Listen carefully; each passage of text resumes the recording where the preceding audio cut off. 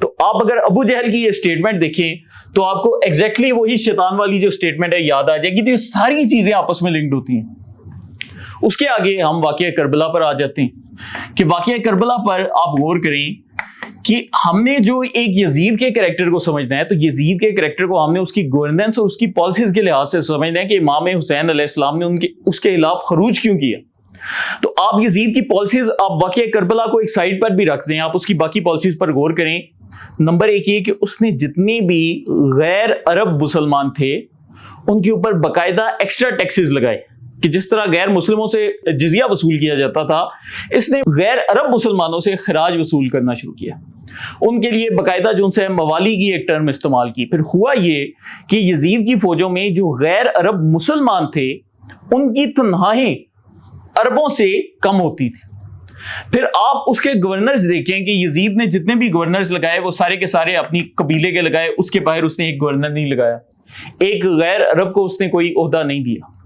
پھر آپ دیکھیں کہ یزید نے صرف امام حسین علیہ السلام ہی نہیں بلکہ اس نے مدینہ میں انصار کے ساتھ جنگ کی, پھر اس نے مکہ میں جون سا ہے اس نے وہاں پر بھی صحابہ کے ساتھ جنگ کی. تو بنیادی طور پر یزید جون سا تھا وہ بھی ایک نیشنلسٹ تھا, اور وہ جون سے دو طرح کا نیشنلسٹ تھا. نمبر ایک یہ کہ اس نے اپنے قبائلی عصبیت کو جون سے جنم دیا, اس نے کہا کہ میرا جو قبیلہ ہے وہ سب سے اوپر ہے, اور دوسرے نمبر پر پھر اس نے عرب جون سی ہے سپریمیسی اس کا تصور دیا.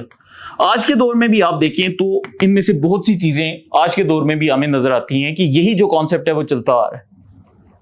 تو اسلام نے ہمیشہ جو ہے رسول اللہ صلی اللہ علیہ وآلہ وسلم نے فرمایا کہ کسی عرب کو کسی عجم پر, کسی اجمی کو کسی عرب پر برتری حاصل نہیں. برتری کا معیار کیا ہے؟ صرف تقویٰ ہے کہ کون کتنا پرہیزگار ہے, وہ اس بنیاد پر جو ہے اس کو برتر سمجھا جاتا ہے.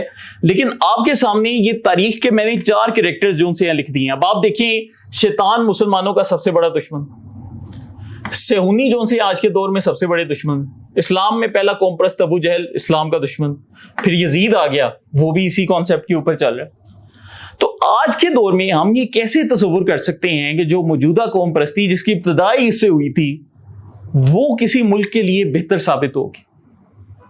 اور میں اب یہ آہستہ آہستہ آپ کو انٹرنیشنل ایگزامپلس پہ بھی لے کر جاؤں گا. میری یہ جو پوری مثال دینے کا مقصد ہے تاکہ میں اپنا کیس ایک آپ کے سامنے بلڈ اپ کر سکوں. اب اس کے بعد ہم نے سیریز میں جانا ہے اور میں باری باری آپ کو ایک چیز اس میں کلیئر کرتا جاتا ہوں کہ یہ جو کانسیپٹ کی بات ہے میں نے آپ سے کیوں کی. یہ دوستوں ہمارا ملک ہے, مجھے امید ہے میں نقشہ صحیح بنا رہا ہوں. یہ جی آ گیا پاکستان, ٹھیک ہے. پاکستان کے ساتھ یہاں پر یہ جو ہے انڈیا چل رہا ہے, اور یہاں پر آپ کے ساتھ افغانستان چل رہا ہے, اور یہاں پر آپ کے ساتھ جو ہے ایران چل رہا ہے, ٹھیک ہے. اب یہ آپ آج کے دور میں پاکستان کی جو اسٹریٹجک الائنسز اور دشمنیاں ان کے اوپر غور کر لیں کہ پاکستان, میں سمجھتا ہوں کہ ہمارے بہت سے دوست کہتے ہیں کہ ایران میں جو انقلاب تھا وہ جی امام حسین علیہ السلام کے نظریے کے اوپر آیا. میرے نزدیک جو پاکستان 1947 میں بنا وہ سب سے پہلے جو ایک حسینی ریاست ہے اس کا ماڈل ہے. کیوں ہے؟ کیونکہ امام حسین علیہ السلام کا خروج جو تھا وہ قوم پرستی کے خلاف تھا. اور آپ دیکھیں کہ پاکستان بھی جب بنا تو یہاں پر جو مختلف قومیتیں آباد تھیں ان سب نے اپنی اپنی قوم کو چھوڑ دیا. پنجابی ہے, سندھی ہے, بلوچ ہے, پختون ہے, گلگت بلتستان کا ہے, کشمیری ہے, جو بھی ہم ساتھ ہیں ہم اس وجہ سے ساتھ نہیں کہ ہماری قوموں کا آپس میں تعلق ہے, ہم اس وجہ سے ساتھ ہیں کیونکہ ہم نظریہ اسلام کی بنیاد پر متحد ہوئے تھے. ہم نے اپنی قبائلی عصبیت کو چھوڑ دیا تھا. اور اسی طرح ہی اگر آپ دیکھیں کہ بنگلہ دیش جب ہم سے علیحدہ ہوتا ہے تو اس کی وجہ کیا ہے کہ انہوں نے اپنے قبائلی تعصب کو زندہ کیا. انہوں نے کہا کہ نہیں ہماری جو قوم ہے اس کا نظریہ سب سے اوپر ہے. پھر کیا ہوا کہ الٹیمیٹلی وہ ہم سے علیحدہ ہو گئی. تو یہاں پر آپ دیکھیں کہ افغانستان میں آج سے 30 سال پہلے ملا عمر حکمران تھے.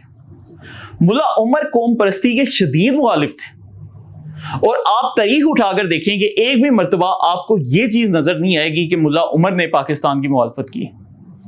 لیکن موجودہ جو طالبان ہیں آپ دیکھیں کہ یہ شدید اور بدترین قوم پرست ہیں. قوم پرستی کا آپ کو پتہ کیسے چلتا ہے؟ پاکستان کو ٹارگٹ کریں گے اس بنا پر کہ یہ پنجابستان ہے, ایک قوم کو گالیاں دیں گے, یہ کالیاں ہیں. کالیا کا لفظ جو ہے وہ پاکستانیوں کے لیے استعمال کرتے ہیں. ہمارے جو پختون بھائی پاکستان کی سپورٹ کرتے ہیں ان کو طنز کیا جاتا ہے, گل خان, اس طرح کی باتیں کرتے ہیں. تو کرتے کیا ہیں کہ اب جو موجودہ طالبان رجیم ہے یہ قوم پرستی کے اوپر ہے. اور آپ دیکھیں میں نے آپ کو شروع میں اسلام کی مثال اس لیے دی تھی کہ جو بھی قوم پرست ہوگا وہ پاکستان کی دشمنی کرے گا. موجودہ طالبان رجیم کا یہ جو کہتے ہیں کہ جی خیبر پختونخوا اور بلوچستان ہمارا ہے، تو وہ کس بنیاد پر دعویٰ کرتے ہیں؟ وہ قوم پرستی کی بنیاد پر کرتے ہیں. وہ کہتے ہیں ادھر بھی پختون آباد ہیں تو یہ قوم پرستی کی بنیاد پر ہمارا ان علاقوں پر دعویٰ ہے. اب افغانستان کے اب نام پر ہی غور کریں تو افغانستان یعنی کہ یہ انہوں نے جو پورا ملک ہے اس کو قبائلی تعصب کے اوپر اکٹھا کیا ہوا. اور یہی وجہ ہے کہ آپ دیکھیں کہ موجودہ طالبان سے آپ مذاکرات کر لیں، ان سے گپ شپ کر لیں، ان سے بات چیت کر لیں، ان سے ڈسکشن دے لیں، شاید پیسے دینے پر وہ خوش ہو جائیں وقتی طور پہ، لیکن الٹیمیٹلی ان کا بغض رہے گا. کیوں؟ کیونکہ پاکستان نظریہ اسلام پر بنے. اور میں نے آپ کو شیطان کی مثال اس لیے دی تھی کہ نظریہ اسلام اس بنیادی قوم پرستی کی کاٹ ہے. اب یہ کریں گے کیا کہ یہ ہمیشہ ہماری مخالفت کریں گے، چاہے ہم مانیں یا نہ مانیں، اور ان کی مخالفت کی ہمیشہ بنیاد ایک ہی ہوگی، قوم پرستی. پھر آپ کے سامنے انڈیا آ جاتا ہے. انڈیا میں اس وقت جو ایک مذہبی نظام رائج ہے، جو ان کی حکومت میں ہے، اس کو کہا جاتا ہے ہندوتو. یہ میں ہندو کی بات نہیں کر رہا، یہ ہندوتو کا نظام ہے.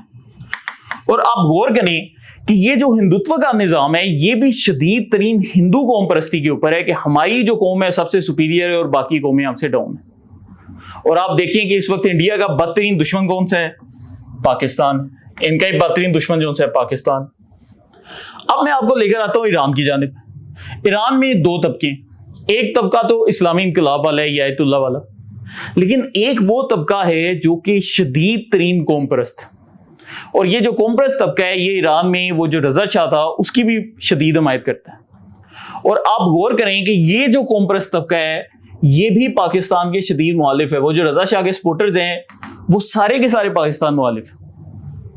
تو جو بھی آپ کو ہمارے ہمسایوں میں بھی قوم پرست نظر آ رہا ہے وہ ہمارا دشمن. پھر جو دنیا کی سب سے زیادہ قوم پرست ریاست ہے، بلکہ جعلی ریاست ہے، اس کا نام ہے اسرائیل. ابھی میں نے آپ کو مثال سے بتایا کہ ان میں سب سے زیادہ قوم پرستی پائی جاتی ہے، اور ان کی بھی جو سب سے زیادہ دشمنی ہے وہ کس کے ساتھ ہے؟ پاکستان کے ساتھ. تو کیا یہ چیزیں آپ کو عجیب لگ رہی ہیں؟ آپ غور کریں تو یہ سب کنیکٹڈ ہے. ہمیں ایک سوچ ہم نے ایسی ڈیولپ کی ہے کہ ہم ان چیزوں سے اپنا منہ چھپاتے ہیں، ہم ماننے کو یقین نہیں کرتے. لیکن آپ دیکھیں کہ پورا آپ کے سامنے جو ایک پلیٹ فارم ہے، افغانیوں سے لے کر یہ جو ہندوتو والے ہیں، یہ جو ایرانی قوم پرست ہیں، وہ اسرائیل والے ہیں، سارے کا سارا کنیکٹڈ.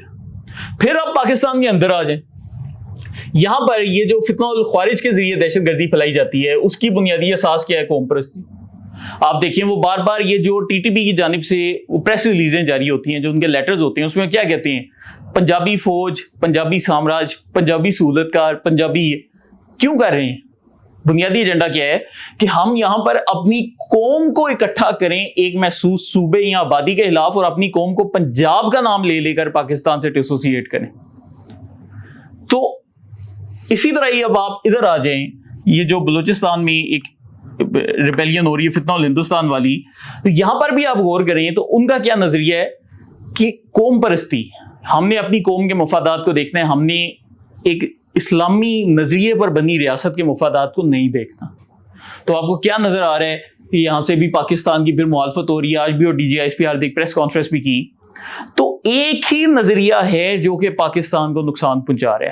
ہم اپنے ذہن میں یہ سوچتے ہیں کہ جی انڈیا بھی دشمن ہے، افغانستان بھی دشمن ہے، یہ جو سے آزاد کشمیر میں نئے قطروں نے جنم لیا ہے یہ والے بھی ہمارے جی مخالف ہیں، ہمیں گالیاں دیتے ہیں. یہ جو قوم پرست جماعتیں ہیں، پی ٹی ایم ہو گئی، بی وائی سی ہو گئی، ہم سمجھتے ہیں کہ یار یہ سارے جو سے ہیں نا یہ کوئی الگ الگ گروپس ہیں جو کہ پاکستان سے دشمنی کر رہے ہیں. لیکن at the end of the day ایک ہی نظریہ ہے، اور وہ نظریہ آپ کے سامنے قوم پرستی آ رہا ہے. جب آپ اس ایسپیکٹ پر غور کریں گے تو پھر آپ کو جو ہمارے ملک کے مسائل ہیں ان کا حل بھی سمجھ آنا شروع ہو جائے گا. اور اس پر غور کرنے سے پہلے میں آپ کے سامنے ایک اور بڑا امپورٹنٹ چیز لے کر آتا ہوں. اب مجھے یہ بتائیں کہ دنیا میں کیا کیا برائیاں ہوتی ہیں. اسلام میں جو سب سے بڑی برائی ہے وہ کیا ہے؟ شرک، جھوٹ، لالچ، ہرس، خود غرضی. آپ کوئی بھی دنیا کی برائی دیکھ لیں، بے ایمانی، قتل، آپ کو ہر برائی کے اندر جو ہے نا ایک ہی چیز پریڈومیننٹ نظر آئے گی، قوم پرستی. کیسے آئے گی؟ اب دیکھیں شیطان کا عمل ہی قوم پرستی پر تھا، تو جتنی بھی شیطانی چیزیں ان سے ڈائریکٹلی کنیکٹڈ ہیں. کیسے میں آپ کے سامنے اس کا پورا اسکوپ جوڑتا ہوں. شرک دیکھیں، آج کے دور میں جو ہندو مذہب ہے اس میں بھی اگر آپ سناتن ہندو دھرم کا مطالعہ کریں تو وہ کہتے ہیں کہ ہمارا ایک ہی خدا ہے. تو پھر شرک کیسے آیا کہ کیسے اتنے زیادہ بت آ گئے, کیسے اتنی زیادہ الگ قوموں نے اپنے اپنے خدا بنا لیے. تو جب بھی دنیا میں مختلف قوموں نے اپنی برتری ثابت کرنے کی کوشش کی ہے تو پھر انہوں نے کہا ہے کہ ہم اپنا خدا بھی برتر دکھائیں گے. تو انہوں نے کیا کہ انہوں نے الگ الگ بت تراش لی. اور آپ پوری دنیا کا کلچر اسٹڈی کریں, آپ کو ایک ہی چیز نظر آئے گی کہ وہ قومیں اپنی انفرادی پہچان, اپنی قوم پرستی کے لیے اپنے خداؤں کو پھر خود بنا لیتی. تو یہ جو چیز ہے اس وجہ سے آتی. پھر یہی چیز ان لوگوں کو جھوٹ بولنے پر مجبور کرتی ہے کہ عام طور پر فطرتاً انسان جھوٹ نہیں بولتا, لیکن جہاں پر قوم پرستی آتی ہے وہاں پر پھر یہ لوگ جعلی پروپیگنڈا کرتے ہیں. آج کے دور میں آپ کی آنکھوں کے سامنے, آپ خود اپنی آنکھوں سے ہوتے دیکھ رہے ہیں, مجھے ایکسپلین کرنے کی ضرورت نہیں. لالچ دیکھیے کہ یہ لوگ ہمیشہ لالچ میں رہتے ہیں. اب میں ایک مثال دوں گا پھر ہمارے جو سے وہ, لیکن وہ آپ سمجھ گئے میں کون سی مثال دینے والا ہوں. تو ہمیشہ لالچ کرتے ہیں کہ ہمیں دوسروں سے زیادہ فائدہ ہو کیونکہ ہماری جو قوم ہے وہ سیپریٹ ہے, ہم برتر لوگ. پھر آپ دیکھیں خود غرضی کہ دوسروں کی تکلیف کی فکر نہیں ہوگی. کوئی 70 روپے یونٹ بجلی لے رہا ہے تو کوئی فکر نہیں, ہمیں 3 روپے مل رہی ہے تو ٹھیک ہے, لیکن ہمیں اس سے بھی کم بجلی لینی ہے یا ہمیں اس سے بھی زیادہ چیز لینی ہے. خود غرضی آپ کے اندر آئے گی. پھر آپ دیکھیں یہ بے ایمانی کو جنم دیتی ہے. میں آپ کو ایک بڑی انٹرسٹنگ چیز بتاتا ہوں کہ شیخ مجیب اگر چاہتا تو بنگلہ دیش کو 1971 سے پہلے بھی علیحدہ کر سکتا تھا. قوم پرستی کے جو جذبات تھے ان کو ابھارنے میں بے شک اتنے ٹائم لگا, لیکن یہ لوگ یہ کام پاکستان بنتے وقت بھی کر سکتے تھے. 1947 میں بھی یہ کام کیا جا سکتا تھا کہ ہم ان کے ساتھ نہیں رہنا چاہتے. لیکن آپ ان قوم پرستوں کی سوچ دیکھیں کہ 1971 تک, 1947 سے لے کر 71 تک پاکستان نے اس دور کے حساب سے $30 ارب کا IMF سے اور جو بھی اس دور میں ملکی ادارے تھے, غیر ملکی ادارے تھے, ان سب سے قرضہ لیا $30 بلین. اور یہ جو قرضہ تھا اس کا ایک میجر چنک جو ہے ہم نے بنگلہ دیش میں لگایا. اور وہ جو چنک تھا وہ وہاں پر کیوں لگایا, کیونکہ وہاں پر پاکستان بننے سے پہلے بڑے بڑے سائیکلونز آئے تھے جس کی وجہ سے ان کی پوری اکانومی, پوری معیشت, سب کچھ تباہ ہو گیا تھا. تو پاکستان نے وہ قرضہ لے کر پوری چیزوں کو ری بلڈ کیا. اگر آپ آج کے دور میں دیکھیں وہاں کی جو سب سے بڑی جوٹ ملز تھیں وہ پاکستان نے بنائی, روڈ انفراسٹرکچر پاکستان نے بنایا, وہاں کی بڑی بڑی فیکٹریاں, پیپر ملز جو سی ہیں وہ پاکستان نے تعمیر کی. پوری لسٹ انٹرنیٹ پر موجود ہے, آپ کبھی جا کر دیکھیں. 1971 میں کیا ہوتا ہے, جیسے ہی وہ سیپریٹ ہوتے ہیں تو وہ کہتے ہیں کہ ہمارے اوپر کوئی قرضہ نہیں اور ہمارا یہ جو قرضہ ہے یہ بھی پاکستان ادا کرے گا. اور پھر جب بھٹو صاحب نے بعد میں معاہدہ کیا, شملہ معاہدہ, تو اس میں باقاعدہ پھر ہم نے مان لیا کہ ٹھیک ہے یار, ہم نے آپ پر قرضے لے کر جو آپ کو پورا ایک بنا بنایا انفراسٹرکچر پرووائڈ کیا اس کا بھی پیسے ہم ادا کریں گے. پھر کیا ہوا کہ وہ آگے نکل کے ہم پیچھے رہ گئے. تو آپ دیکھیں کہ قوم پرست جو سے ہیں وہ کبھی دوسرے کی فکر نہیں کرتے, ہمیشہ جو سے ان میں خود غرضی پائی جائے گی. اور یہ جو قوم پرست ہیں پھر یہ کریں گے کیا, اپنے لیے ہر طرح کا جو سے ایک غلط رستہ چوز کریں گے.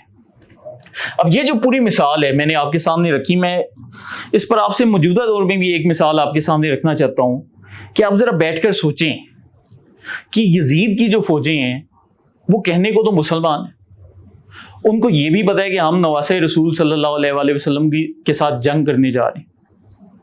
تو آپ میں سے کتنے لوگ ایسے ہوں گے جو کہ یہ ویڈیو دیکھ رہے ہیں کہ آپ کو کوئی کہے کہ جی یہ پیسے لے لو یا کوئی اقتدار لے لو اور ایسی جنگ کرو میرے لیے, کہ آپ کو نواسہ رسول کا مقابلہ کرنا ہے. مجھے یقین ہے آپ میں سے کوئی بھی شخص جو ہے وہ اس پہ راضی نہیں ہوگا. لیکن پھر وہ کیا سائنس تھی جس سے ان فوجوں کے ذہن ایسے مینیپولیٹ کیے گئے کہ وہ اس پوری جنگ کے لیے سامنے آگے. میں آپ کو اس کی ایک مثال دیتا ہوں. ابصار عالم صاحب نے اپنے شو میں ایک واقعے کا ذکر کیا ہے کہ مظفر آباد کے راولہ کوٹ کے CMH ہسپتال میں ایک ڈاکٹر صاحب ہیں جو کہ سرکاری نوکری پر بنے, جن کو پاکستانی ریاست نے ڈاکٹر بنایا. اور وہ جو ڈاکٹر صاحب ہیں ان کو جب پتا چلا کہ جی یہاں پر پولیس کے کانسٹیبل لائے گئے ہیں جو کہ زخمی ہیں, تو وہ بالکل اندھے ہو گئے. ان کو بھول گیا کہ میں نے کوئی تعلیم حاصل کی ہے, میرے اوپر انہوں نے پیسے انویسٹ کیے, مجھے MBBS ڈاکٹر بنایا, مجھے سرکاری نوکری دی, انہی پیسوں سے میرا گھر بار چلتا ہے. اور اس نے کیا کیا, اس نے ڈائریکٹ ان کو کان قطروں کو کال ملائی اور ان کو بتایا کہ جی یہاں پر ہمارے پاس پولیس کانسٹیبل زخمی آئے ہیں. پھر ہوا کیا کہ ایک مجمع آیا, مجمع نے پولیس کانسٹیبل کو ہسپتال سے باہر نکالا, ان کا پیٹ چاک کیا, اسے انتڑیاں باہر نکالی اور انتڑیاں گلے میں ڈال کے باقاعدہ رقص کیا. یہ جو چیز ہے یہ آپ کو بتاتی ہے کہ واحد قوم پرستی ایک ایسی ڈینجرس آئیڈیالوجی ہے جو کہ آپ کو ایسی حرکتوں پر مجبور کرتی ہے.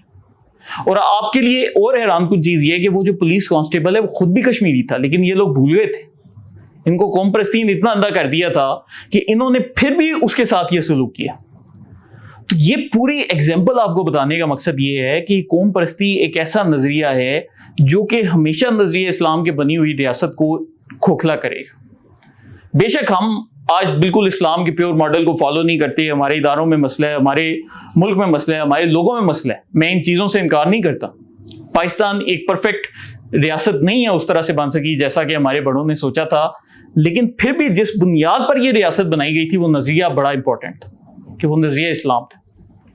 اور یہ کوئی اتفاق کی بات نہیں کہ میں نے آپ کے سامنے 10 ملکوں کی جو سی مثال رکھ دی، 10 قوموں کی مثال رکھ دی، اور سارے کے سارے جو قوم پرست ہیں وہ پاکستان کے خلاف ہیں، تو یہ پوری چیز انٹر کنیکٹڈ ہے۔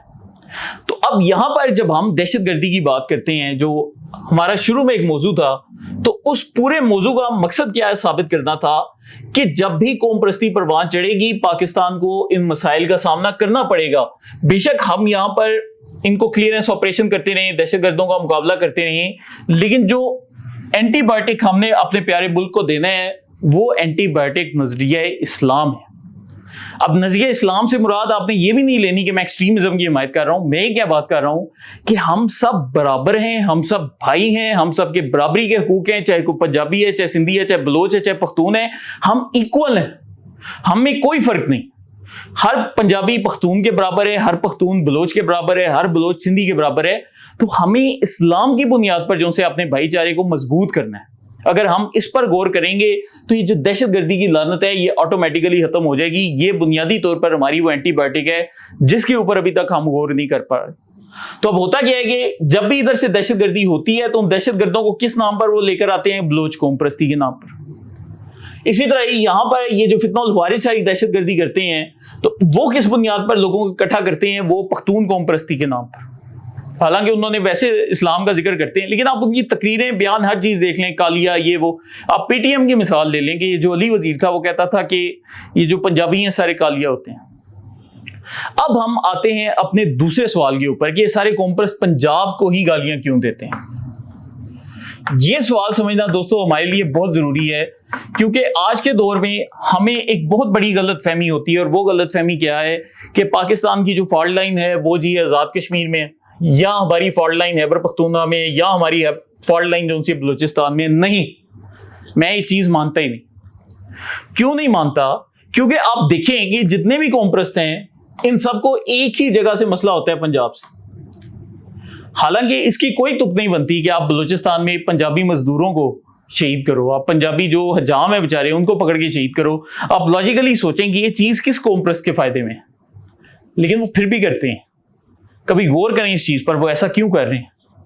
آخر کیوں پنجاب میں ڈیڈ باڈیز بھیجی جا رہی ہیں؟ پھر آپ اسی طرح غور کریں گے یہاں پر بھی جو قوم پرست ہیں ٹی ٹی پی والے، وہ کیوں کہتے ہیں پنجابی فوج، پنجابی آرمی؟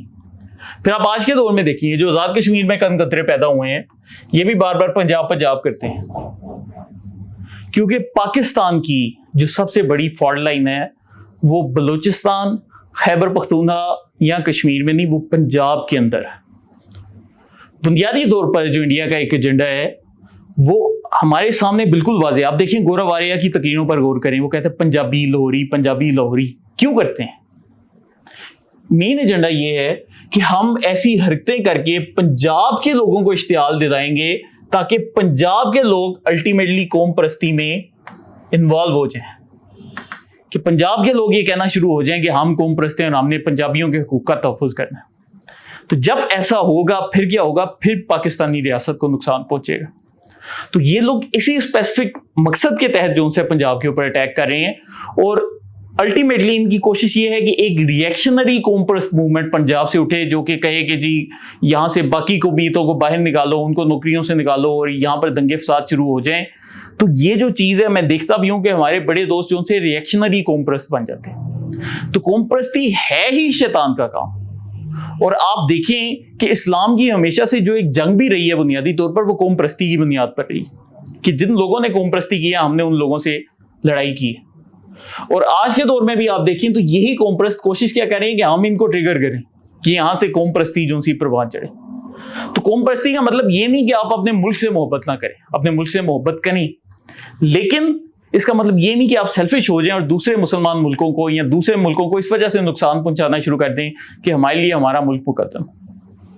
اور یہاں پر اب آپ کے سامنے میں موجودہ دور میں کچھ مثالیں رکھتا ہوں کہ آج کے دور میں اگر آپ دیکھیں تو دنیا کی جو سب سے زیادہ ترقی یافتہ موسٹ ڈیولپڈ کنٹریز ہیں ان کے نام کیا ہیں؟